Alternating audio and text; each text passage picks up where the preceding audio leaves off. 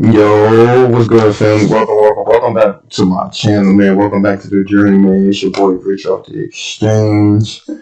We back at it again in today's video, man. I'm just gonna show y'all how I was able to turn the account up to over 111%. It's crazy, man. 111%, man.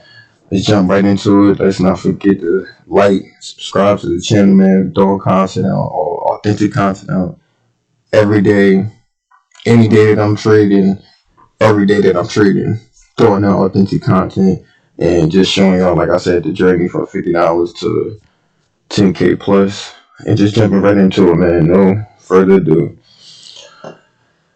I basically, right, so as you can see in the last video, how we was able to get some money. Going into today, I wanted to basically do the same thing. So I was looking into what was going on in London session, when London session opened, looking at our silver time window, right? Looking at the silver bullet, and I was anticipating a buy, and a buy did happen, and I anticipated this buy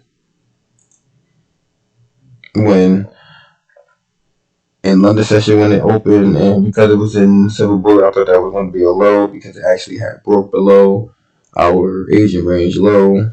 I took a trade, was wrong.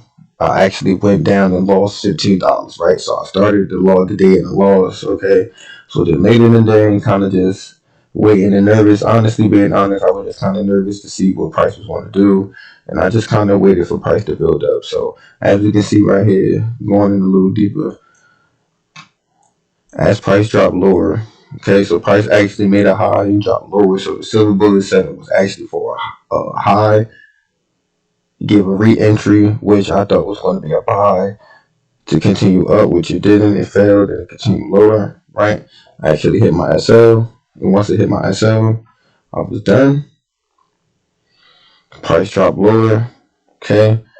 Once price lower, before London session, price bottomed out, and as you can see, we had a low here, bearish candle, but then we had this bullish candle push up and trade right through the high of this candle here to the left of it, making that a bullish order block. And as we can see, with the bullish order block, I labeled it, and then off of that push, we created a fair value gap. Okay, we created a fair value gap, so I had those two labeled, and as you can see, price didn't drop anywhere lower than the middle or half of the of the order block, and we continued up. Price also didn't reference the fair value gap again, and they continued up, right? So now going into the New York session, I kind of seen that the bullish formation was there and it was supported. I kind of was just nervous to get in necessarily. I didn't know where to get in, especially with price. Me knowing that price was overall bullish, overall bearish, but then seeing that, intraday price was showing us to go up, I was just kind of nervous. It happens. I didn't have a clear path, right? So I kind of waited a little later until we got into, instead of New York open, I waited till we got to our New York silver time window, right? Silver bullet window, right? So that was 10 and 11. And as you can see, between 10 and 11, 10 a.m. being here and 11 a.m. stopping here, it created a bullish formation in reference to the bullish formation that was already coming through. So there was a fair value gap that was created here. There you go. It's a fair value gap that was created here. Okay, why is that like that? Okay, so there's a fair value gap that was created right there, as you can see. And through 10 and 11, that fair value gap was referenced at 10. Also, and then it made its way off 11. So I took entry on the second candle of 11 after it broke this high. Push up, and I was able to now target what I saw was the next area of liquidity being the previous week's high. And it shot up. Okay. I'm sorry. The previous week's low. It was the previous week's low far as rebounding. It broke from the previous week's low before. Then I saw that, okay, maybe price may rebound right back to it. So that's what I seen. Also, it being the institutional level of 127.20. You see that there was highs right here also above because it was London session, right? So the overall setup that I seen, right, is that okay, we had a range here for Asia range. Asia range low was broken, right? So now we know that we now have our Asia range broken. Asia range break.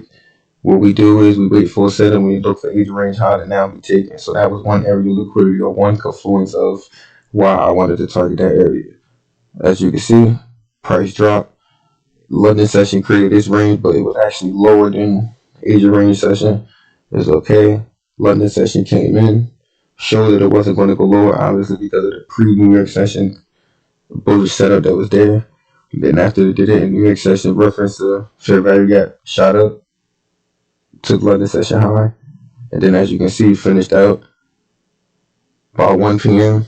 to take Asia range high, right? So now, typically, this right here is ideal. This right here is the ideal scenario. This is great. This is ideally what you want to see. This is a typical scenario how you want to catch a trade. But ideally, this type of trade happens. Sometimes can happen all in one quick whop in London session, and that's typically what I like to look for. But I like how it seems to be playing out in a longer, cleaner transition is slower, and it just takes a little bit of patience, for you to actually get what you get in. But we've seen this a couple of times already in the journey of flipping the money, right? So that's what we see. Okay, so that was how I was able to, catch entry.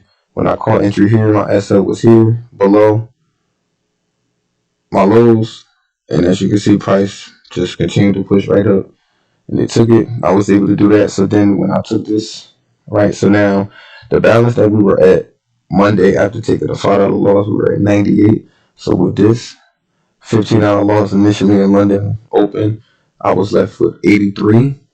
And then after getting in this trade here, I was able to profit $33. And that put me at 116. And that's what actually, presented the accomplishment of, pushing the account over 100 and to 111% gain and return on initial investment. So I got a clip that I'm going to be showing at the end of the video to show it that, that I'm going to tag into the video, but that's just about it. This is how episode 4